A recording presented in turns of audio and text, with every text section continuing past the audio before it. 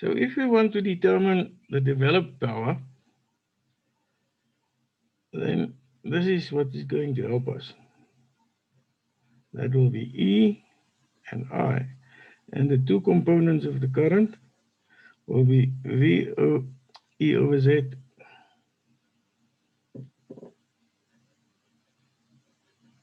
with that angle beta there and angle delta there. And then we have V over Z with that angle as beta and that angle is delta. So now developed power is E times IA's conjugate. So that will be E. Let's take the Z out as a common factor. Then we have E. Now between E and E over Z is just cos beta minus V. Now we want to know E and V over Z. That will be beta plus delta. Can you see that? Cos beta plus delta. Right, if we want the output power, that will be V times IA's conjugate. So that means it's V over Z. First thing that we get is E over Z. Okay, E. And what is the angle between V and E over Z?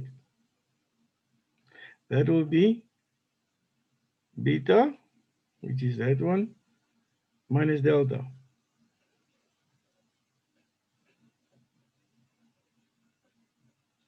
Minus V cos the angle between V over Z is just beta. So that is how we get the output power. So first of all, we always start off with our phasor diagram. We say, all right, that's that. That one is E over Z, and that one is V over Z. That angle is delta, and that angle is delta. And in between, there is beta, and that one is also beta. So now we can start. E and V over Z is only beta. E and V over Z will be beta plus delta, which is that one.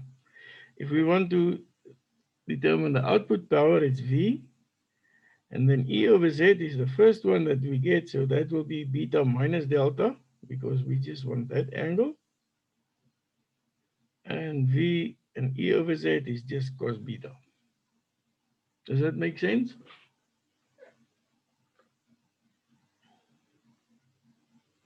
All right, I think I've got another example here.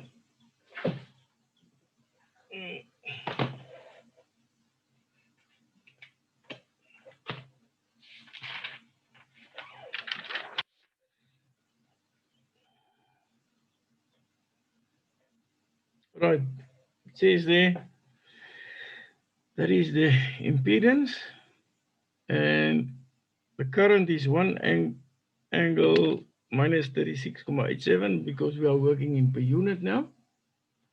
So that's per unit current or impedance.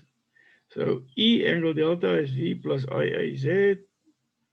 So we get 1 because V is always 1, it's our reference, times 1 angle 36.87, which is a leading current, times 0.6 at an angle of 80. That gives us a 1.5 almost, angle 15. So the developed power is E over Z, E cos beta minus V cos beta plus delta, which gives us 1.4952 over 0.6, angle 1.495 cos 80, plus, because angle is bigger than 90, so minus times a minus gives you a plus. But don't rather do that. Just write minus, and then you get another minus there. All right, that gives you 0.904. The stator losses is the input minus the developed power. Now we take the input as 1, and the developed power is 0.904, so that gives us 0.096 per unit.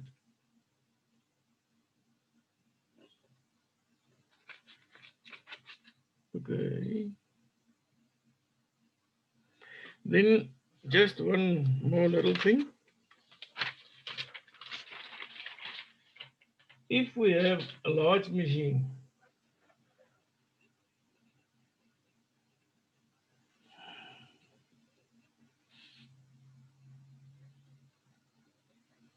then R tends to 0 and beta tends to 90 degrees. So let's look at our formula now. P developed is E over Z, E cos beta minus V cos beta plus delta. Now, the cos of 90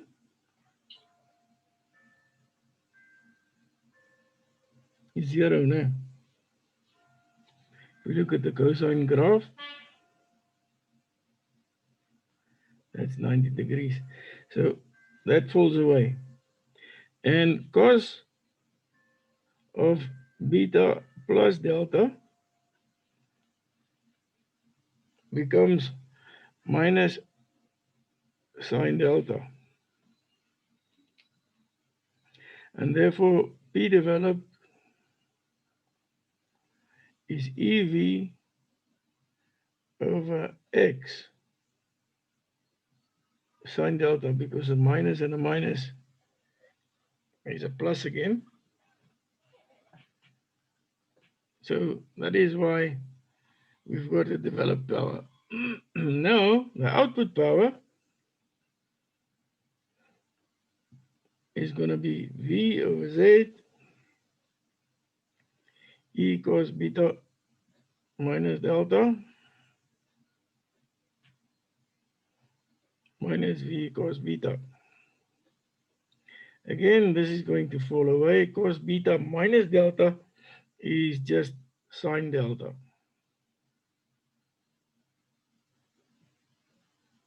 And there you can see, if we don't have a resistance, the output power and the developed power is the same. So therefore, we can say that the output power is the developed power minus